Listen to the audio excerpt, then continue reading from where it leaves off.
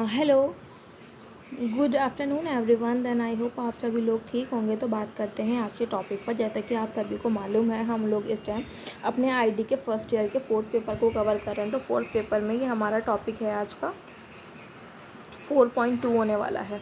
इसमें धारणा मतलब आपका परसेप्शन, उसका मीनिंग मालूम, उसका पूरा कॉन्सेप्ट मालूम कर रखा है और उसको प्रभावित करने वाले क्या है, फैक्टर्स का मतलब किस तरह से उसके फैक्टर्स से इफेक्ट करते हैं आपके परसेप्शन को।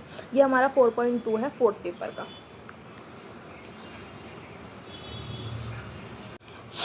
तो यहाँ देखते हैं क्या लिखा हुआ है। हमारों चारों ओर एक दिन अलग अलग उत्तेजनाएं हमारी इंद्रियों को उत्तेजित कर रही होंगी। क्या होता है, जो हमारी मतलब सेंसेस हैं वो उत्तेजित होते रहते हैं अलग अलग वे में। इनमें से कई उत्तेजनाएं हमारी इंद्रियों द्वारा प्राप्त की जाती हैं। ऐसे जो सेंस मतलब गेस्चर होते हैं वो हमारे सेंसेस इंद्रियों द्वारा ही प्राप्त किए जाते हैं और संवेदनाओं में परिवर्तित हो जाते हैं।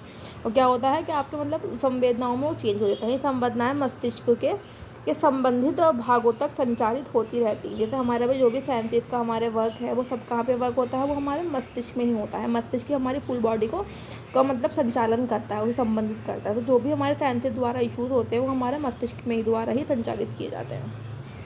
आगे देखते हैं क्या लिखा हुआ। बदले में मस्तिष्क इन संवेदनाओं की व्याख्या करेगा। जो भी सेंसेशन हो रही है उसकी क्या होगा, व्याख्या होगी। ऐसी व्याख्या के बाद ही हम समझ पाते हैं कि उत्तेजना क्या है। जब उस चीज़ को हमारा मस्तिष्क एक्सप्लेन करेगा, उसकी व्याख्या करेगा, उसके बाद ही हम समझ पाते हैं कि मेजरली उत्तेजना क्या है, किस चीज़ की डिमांड हो रही है।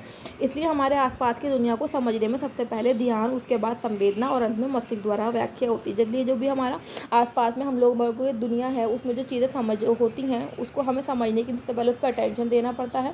उसके बाद संवेदना होती है, बाद में ही मस्तिष्क द्वारा क्या होता है, उस चीज़ की व्याख्या होती है। हम लोग समझ पाते हैं कि चीज़ें चल क्या रही हैं।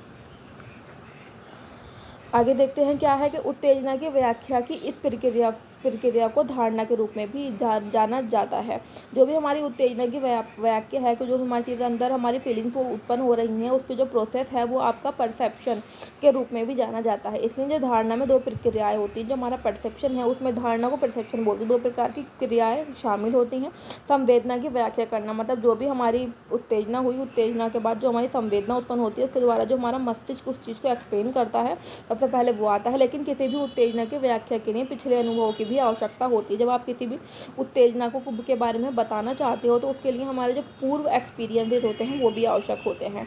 उदाहरण के लिए एक बच्चा जिसने अपने पहले हाथी को फोटो या सीधे तौर पर नहीं देखा था, वह उस जानवर को नहीं पहचान सकता।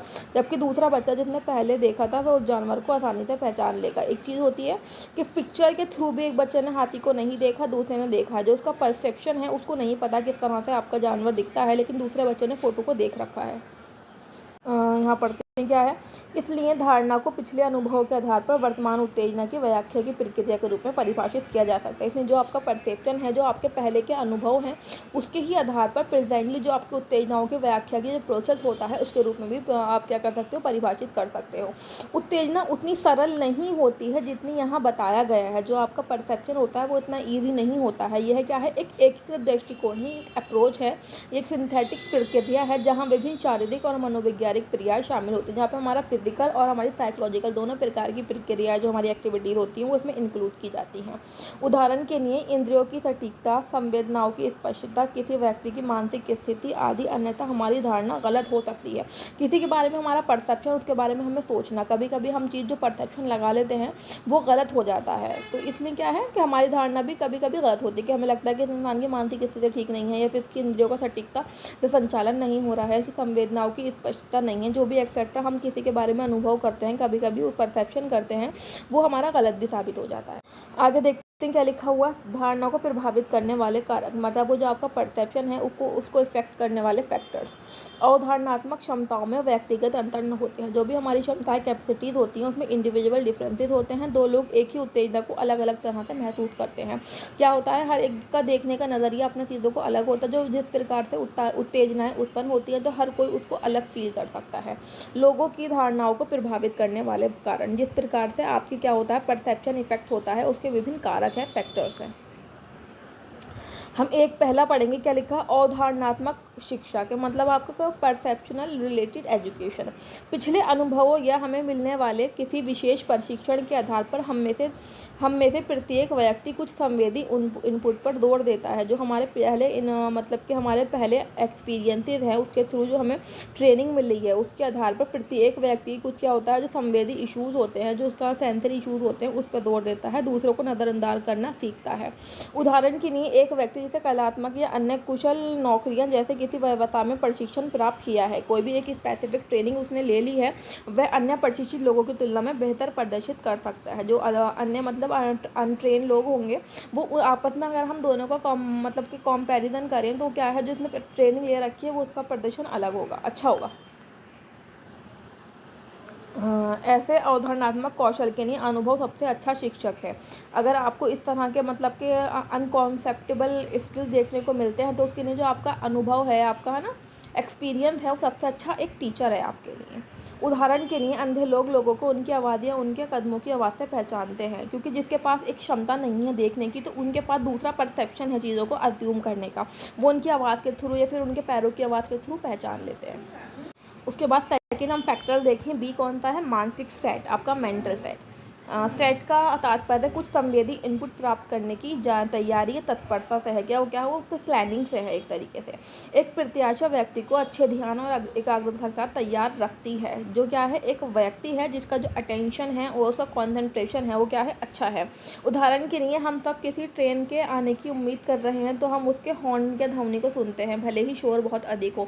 अगर जब हमारा कुछ मतलब इस तरह का काम है, कुछ हमें उस चीज़ का वेट है, तो हम उस चीज़ पे फोकस करने लगते हैं, हमारा जो ध्यान है उस चीज़ पे जाके केंद्रित हो जाता है, इसलिए हम उसको माइंड सेट कर लेते हैं एक पर्टिकुलर इफेक्ट की तरफ। सी बात करें, मकसद या आपकी ज़रूरतें, नीड्स, क्या आपका पीछे का लॉजिक है। हमारे उद्देश्य और ज़रूरतें निश्चित रूप से हमारी धारणा को प्रभावित करेंगी। जो हमारा परसेप्शन है, जो हमारे एम है और जो हमारी नीड्स है, वो क्या करता है, इफ़ेक्ट करता है आपके परसेप्शन को।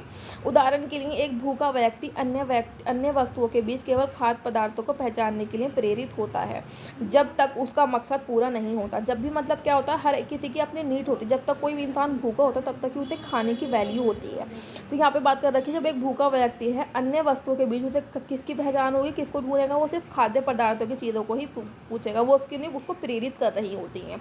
जब उसका मकसद पूरा नहीं हो जाता, तब तक वह उसका दूसरी ध्यान की तरफ नहीं जाएगा। जब तक वो भूखा है, वो खाना ढूंढ रहा है, जब तक वो भूखा है तो उसका दूसरी और किसी चीज़ की तरफ भी ध्यान नहीं जाएगा, चाहे वो कितनी भी लग्जेरियस हो। उसके बाद है संज्ञानात्मक शैलियाँ। संज्ञानात्मक शैलियों में क्या है, कहा जाता है कि लोग सूचनाओं को संसाधित करने के तरीकों में भिन्न होते हैं। कि मतलब किस तरह से आपका जो सूचना है उसको किस प्रकार से संसाधित किया जाए। प्रत्येक बच्चे के पास स्थिति को समझने का अपना तरीका होता है, अपने ओन स्टाइल्स होते हैं समझने के लिए हर एक कंडीशन को।